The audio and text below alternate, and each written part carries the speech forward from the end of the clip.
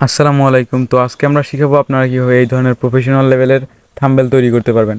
তো এর জন্য ফার্স্ট অফ অল আপনাকে ক্রোম ব্রাউজার ওপেন করতে হবে। তো ওপেন করার পর এখানে আপনি সার্চ দিবেন ক্যানভা। তো CANVA ক্যানভা। তো এইখানে সার্চ দেওয়ার পর এরকম একটা ইন্টারফেস, ক্যানভাতে চাপ দিবেন। এইখানে যদি আপনাকে লগ ইন করতে বলে অবশ্যই লগ ইন করে নেবেন।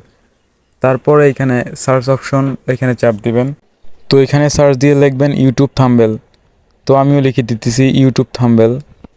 তো এটা লেখার পর নিচে দেখতে পারতেছেন 1280x720 পিক্সেল, এইখানে চাপ দিবেন। তো এখানে চাপ দেওয়ার পর অনেকগুলো থাম্বনেল শো করবে। তো আপনার এখানে যেটা পছন্দ হয় আপনি সেটা চাপ দিয়ে থাম্বনেলগুলো ক্রিয়েট করতে পারবেন। তো আমি যে কোনো একটা থাম্বনেল চয়েস করে সেটা ক্রিয়েট করতেছি। তো আপনাদের যেটা পছন্দ হবে সেটাতে আপনারা ক্লিক করবেন। তো ক্লিক করার পর এরকম একটা ইন্টারফেস দেখাবে। তো দেখানোর পর আপনারা এখানে সবগুলো চেঞ্জ করতে পারবেন। যেমন এই পিকটা আমি চেঞ্জ করে নিতেছি, আপনাদের মতো আপনারা আপনাদের যে লোগো বা যেই পিকটা দিতে চান সেটাও দিতে পারবেন। তো আমি এখানে আমার যে কোনো একটা ছবি দিয়ে দিচ্ছি আপনাদের দেখানোর সুবিধার্থে। তো দেওয়া হয়ে গেছে। আপনি এখানে লেখাগুলোকে চেঞ্জ করতে পারবেন। তো চাপ দেওয়ার পর লেখাগুলোকে চাপ দেওয়ার পর সাইডে দেখতে পারবেন যে টাইপ লেখা আছে।